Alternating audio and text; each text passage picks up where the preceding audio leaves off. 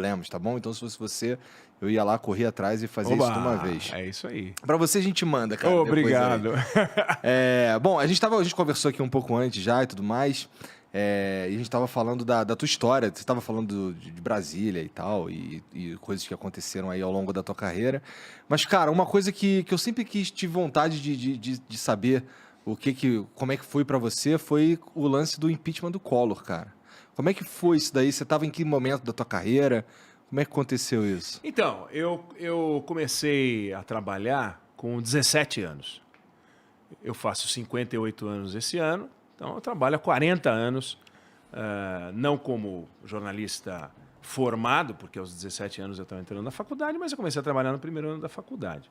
Então, eu trabalho com comunicação há 40 anos e depois que eu terminei a faculdade, fui trabalhar na Editora Abril. A Editora Abril tinha um programa para jovens, né, para recém-formados, e eu comecei a trabalhar na Veja São Paulo, uma revista regional.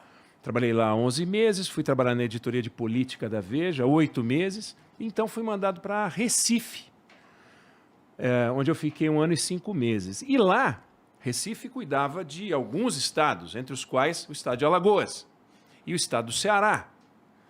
Também Pernambuco, evidente, Rio Grande do Norte e tal, mas falo desses dois porque no Ceará tinha o Tasso Gereissati, que era uma figura nova, um jovem empresário, 36 anos, um estado que tinha vários coronéis da política e surge uma liderança, era uma novidade. A outra novidade estava em Alagoas, um governador, Fernando Collor. Me lembro que certa vez, um sujeito absolutamente determinado, é uma coisa assim, impressionante, você marcava, então... Vamos fazer o quê? O café da manhã às 7h30. 7h30 estava no hotel da manhã, ou 7h15. Era uma coisa impressionante. Um dia ele falou para mim que ia ser candidato a presidente da República, numa entrevista. Eu disse, mas como assim, candidato a presidente da República? Eu duvido que aqui, no estado de Alagoas, conseguisse se dar bem. Eu acho que... Ele era governador já. Eu acho que se sair aqui na rua, o senhor vai ser vaiado. Ele falou, como é que é? Você vaiado, vai ser vaiado. Você vaiado? Ajudante de ordens, nós vamos sair. Aí a gente saiu e ele parecia possuído. Ele virava outra pessoa. Tem alguns políticos que têm essa característica. Brizola era assim. Jânio Quadros era assim. O Fernando Collor era assim. Ele ficava possuído. Virava uma entidade tomava conta do organismo dele e passava a dirigir as ações dele. Agarrava as crianças, agarrava as pessoas, blá, blá, e você via que ali tinha um cara determinado. Olho, sangue, sabe? Sangue nos olhos. Não é assustador ver isso, todo esse teatro, por assim dizer? Você pode entender que é um teatro, você pode entender que isso era uma coisa genuína nele. E alguns políticos têm, outros não têm.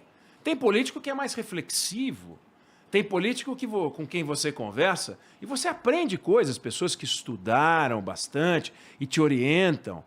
Mas na hora de disputar um voto, como é que você faz para disputar um voto? Como é que você... carisma. Exato. Como é que você conquista alguém? Como é que você se torna amigo de alguém? Como é que você consegue... Me explica a Anitta. Explica a Anitta. Não, ela é determinada. Quantas pessoas determinadas você conhece? Não, mas ela tem talento. Quantas pessoas talentosas você conhece? Não, mas é que ela veio do funk e foi... Quantas pessoas estão fazendo esse caminho? Não é que ela buscou a carreira internacional. Quantas tentaram? Não dá para explicar. As pessoas têm uma habilidade. Elas têm um magnetismo, outras não têm. Né? E ele tinha. Foi um candidato impressionante. Aí ele resolve ser candidato a presidente da República, saindo de um estado pequeno como o estado de Alagoas. E naquele momento, eu que estava no Recife, fui para Brasília, para ser o número 2 da sucursal da Veja em Brasília. Mas o cara que ia ser o número 1 era o correspondente da Veja em Paris, que desistiu. Ele preferiu ficar em Paris. E eu fui ficando, e aí fiquei 6 anos, chefei a sucursal da Veja. Então eu não conhecia nada sobre o jogo do poder de Brasília, era novo, mas eu conhecia todo mundo de Alagoas, ou pelo menos uma boa parte, e acompanhava aquilo. De forma que eu pude ver o nascimento da candidatura, a eleição impressionante do Fernando Collor. Aquela eleição, a gente fala, não, o Brasil está polarizado. Meu, O Brasil está polarizado há muito tempo. É que agora é polarizado na tua casa porque tem esse bicho aqui. Porque tem rede social, porque sempre foi polarizado. Ou não? A gente acha que em 1954 não tinha polarização, em 64 não tinha polarização, em 89 não tinha polarização. Tinha polarização. E polarização até com tanque, né? A gente já viu polarização com tanque. A gente viu isso em 54, a gente viu isso em 64, a gente viu isso em 30. Polarização. Bom, aí ele ganha a eleição, Igor. Por que a eleição dele foi tão impressionante, Eduardo? Porque, assim, você diria que teve uma influência da mídia? Ou o que tornou tão interessante assim? Bom, primeiro, a gente vinha de... A última eleição direta tinha sido em 1960. Para você votar na eleição de 1960, Igor, você tinha que ter 18 anos.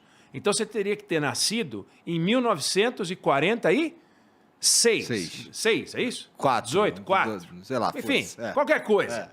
42, pô. Não estamos aqui em 42. Em 1942. É óbvio, pô. 1942. Tá. Então, só quem tem 80 anos, nós estamos em 2022, só quem tem 80 anos votou numa eleição a mais do que os caras que puderam votar em 89. Então, você tinha um represamento de voto. De repente, você teve a chance de ver um presidente novo, que era o Tancredo Neves. As diretas já tinham fracassado. O movimento das diretas já não deu certo, mas estava aquele calor.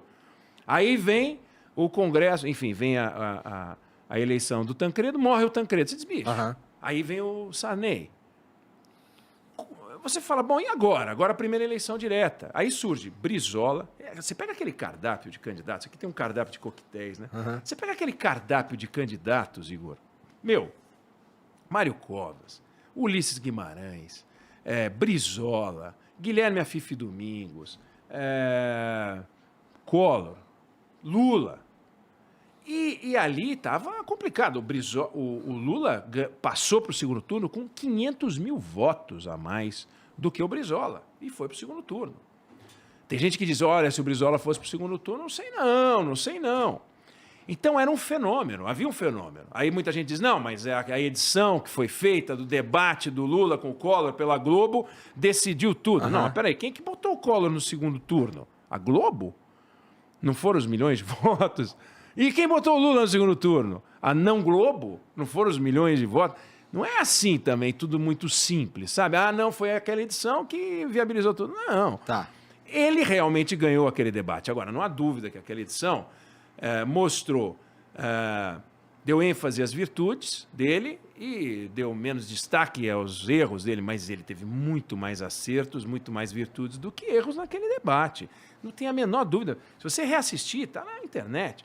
É impressionante. Aí ele ganha. Ele começa um discurso liberal que a gente não está acostumado a ver no Brasil.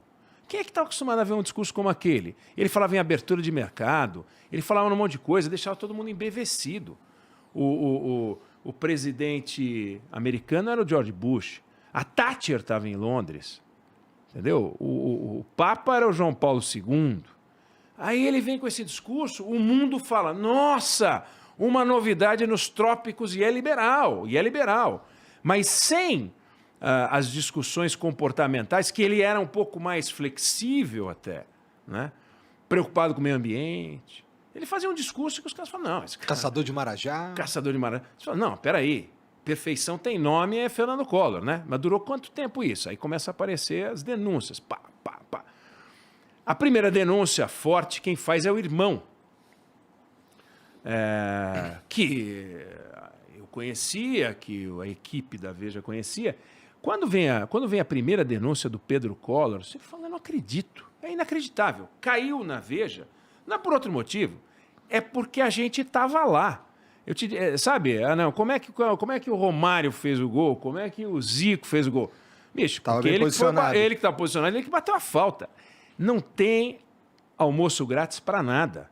Eu me lembro que a gente fez uma entrevista certa vez com o Renan Calheiros, que na época era ex-deputado, aliás, ex-líder do governo Collor, deputado federal, e ele resolveu falar que o Collor sabia de tudo. Vou falar. Me lembro que estava conversando com 2 estudantes de jornalismo na sucursal da Veja em Brasília. Eles falam, como é que nasce um furo? Não tem fórmula, né? Como é que nasce um furo? Aí toca o telefone, era o Renan Calheiros que queria falar. E dizendo que ele topava, ele ia falar. A gente tinha pedido a entrevista, desliguei, não falei para os garotos o que estava acontecendo, mas eu falei, olha só, tem uma resposta para dar para eles, pena que eu não vou poder dar. Aí fomos para Brasília num voo da madrugada, eu, um outro repórter, um repórter da Veja, Expedito Filho, e tinha um repórter de um outro jornal. Pô, assim, eu sabia que ele não estava indo a passeio para Maceió, num voo às 3 horas da manhã. E ele olhando, o chefiano da sucursal da Veja e o repórter também não estava. Quer dizer, ele estava indo lá e eu também. Eu falei, rapaz, esse Renan marcou com os 2. Não é possível que ele fez isso. Deve ter marcado com a gente e com outro jornalista. E o outro jornalista falou, oi, tudo bem? Tudo bem. Ah, tá. E aí, não, estamos aqui e tal. E, obviamente, pô, esse cara vai aprontar, bicho. E eles estão olhando, esses 2 vão aprontar. Que o cara que é chefe da sucursal da Veja está indo para Alagoas às 4 horas da manhã, pô. Mesma coisa que vocês pensaram, eles pensaram também. Eles pensaram também. Então tava todo mundo só de boia, pé de pato, com criança e tal. E uns doidos, uns jornalistas. Bom, aí a gente chegou, ele foi pro hotel, ele falou, vamos no mesmo táxi? Não, ainda aí a gente já vai pegar o táxi. Aí ligamos pro Renan. Eram 4h30, 5 horas da manhã. E ele atendeu, a gente foi para casa dele. E ao chegar à casa dele, a gente falou, vem cá, você marcou também com o jornalista? Marquei, achei que não teria problema. Como não tem problema? Você tá maluco? Como assim não tem problema? É uma entrevista exclusiva e tal. Bom, fechamos, vamos fazer a entrevista exclusiva. Agora, você tem que dizer para ele que você não vai falar com ele. E não somos nós que vamos falar isso para ele. Não tem cabimento um negócio desse. E ele falou. E a gente fez uma entrevista